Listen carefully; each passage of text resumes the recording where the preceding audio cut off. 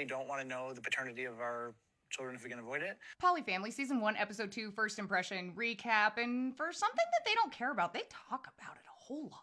So at this point, Taya has had her baby. Everyone got to stay at the hospital, which they were really excited about because they were worried that there would be some kind of issue with that, and there wasn't. Then they start talking almost immediately about this paternity stuff and kind of how they're naming the kids, why the kids are named that way, and a whole lot of other stuff. We really don't want to know the paternity of our children if we can avoid it.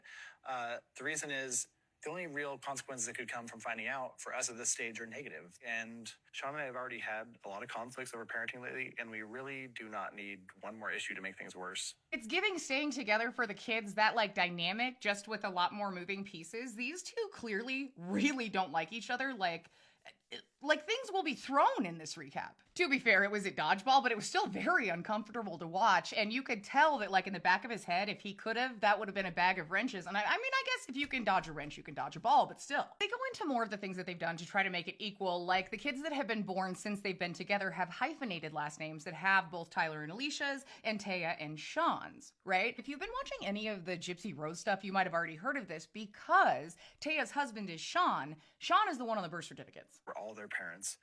But under Oregon state law, because Sean is Taya's husband and Taya's the birth mother, by default, he is the father that goes in the birth certificate. Now, considering Sean has more allegations than a lot of people that we've spoken about, I mean, he fits in really well with the TLC staff. This means that if they were to break up, those kids go with Sean and Taya, and there would be a huge legal battle, including paternity tests, all of that stuff. Then they would have to set out child visitation. It would be a very large process. And of course, these two men look very, very different. So Tyler pretty much says, like, yeah, I know whose kids these are. Not to mention, it's like always on this in reality shows, you guys are going to watch this together and see the testimonials. So if you really were trying to be chill, you wouldn't have said that on camera at all. Just saying. Quentin has a cowlick, and so do I. He's also got dimples, and so do I. So make of that what you will. I know it's to drum up filming, but it's just funny. It's like, you know, the Real Housewives when they're like, I can't believe you told her that happened, when the whole thing happened on camera and they would have found out eventually anyway. And you're like, okay, I'm having a hard time not breaking the fourth wall here. So other people in the family like to point out similarities and features of Quentin. I don't like to speculate who he looks like because I don't care about paternity. Tyler and I have our own issues that we have to worry about, and knowing who the biological father is can only create more issues. I just don't want to know who the biological father is. The lie detector determined that was a lie. As is common with TLC, then we jump over to one of the side stories, and they're going baby clothes shopping, this sort of stuff, because this is their last kid, and they want to have a sip and see and have family over, and they start talking about the support that they've received from their respective families. Then I'm going to show you a screenshot to put that in a little better perspective, but let's watch the clip first.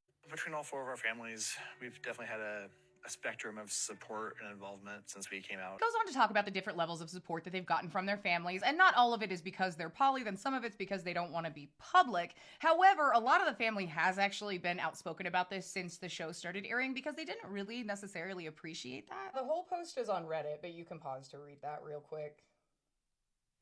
It's a hair more complicated than all that.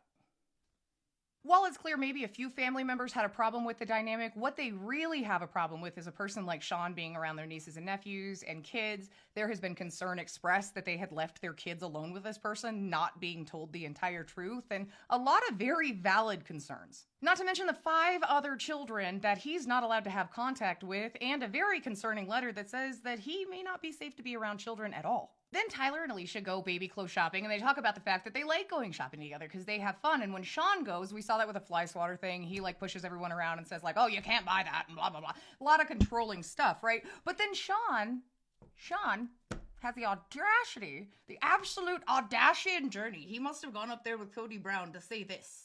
It's bittersweet decorating our last nursery for our last baby. The guys got vasectomies while I was pregnant because Quentin is completing our family. We're done having babies. Yeah, I'm not sad. We're done. 5 is enough. We're good. Fair is the count when you need him, because they're defunding everything. Anyway, 5. Add another 5, and you have 10. Then they start going into the fact that Sean is the baby whisperer, and my exact notes made me giggle a little later. Thank you, past me. No, she has 10 kids. Then you've got the guys fighting amongst themselves and all of this stuff, and you jump over to another one of the side stories, and Alicia has actually decided that she's going to help Taya breastfeed so that she can be more bonded to the child, which I think if you're going to be living in a communal situation, if that's something you're comfortable with, I think that's great. You hear about that a lot when we talk about polygamy. Janelle and Mary from Sister Wives had to do that for each other. Not all the time, but they helped each other out in that way. It can be a really beautiful thing, but then of course Sean was there. I kind of want to make that clear. I don't think there's anything wrong with polyamory. This just happens to be a very toxic situation, but it can be a beautiful thing. We're just watching TLC's representation of that with some very unhealthy people. If you've not spent time around that dynamic or you don't know people who live in that dynamic, please do not take these people to judge the rest of everybody else, because really it's, I mean, obviously there's toxicity in any situation we're going to have interpersonal relationships, but this is just real bad. It's not completely dried up. There's still like some stuff, a trickle. I feel like that sounds promising. Yeah, that sounds cool. Hadn't really thought of that. Well, cool's not the word I would have used. What's the word you would use? It's weird. What's weird about it? Producing milk or Yeah. feeding the fact the that baby? you haven't produced milk in like, what, 2 years? No, only a year and a half. He's only 2.5 years old. Yeah, but I did it for a whole year. Let me see if I'm clocking this right. So, nobody can know the paternity of the children because that would affect your relationship. However, something that they're both cool with doing that will help her bond with them is okay. What?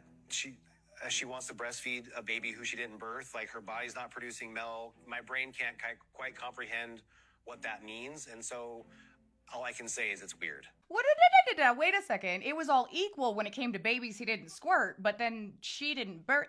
Oh, okay. Anyway, continuing. I'm not against it. You asked me my opinion about it. I think it's weird, but I'm not against it. I think it's I asked if you're against it. against it. No, I'm not against it. No, I'm just saying. All in favor say aye. Aye. Aye. You didn't say aye. Fair. In part 2 tomorrow, we'll go into Sean's epic fit, him pouting, and before we get there, I need you to remember what Patches O'Houlihan said in the 5 Ds of dodgeball. Dodge, dip, dive, duck, and dodge. I'll see you tomorrow. I hope you have a good day.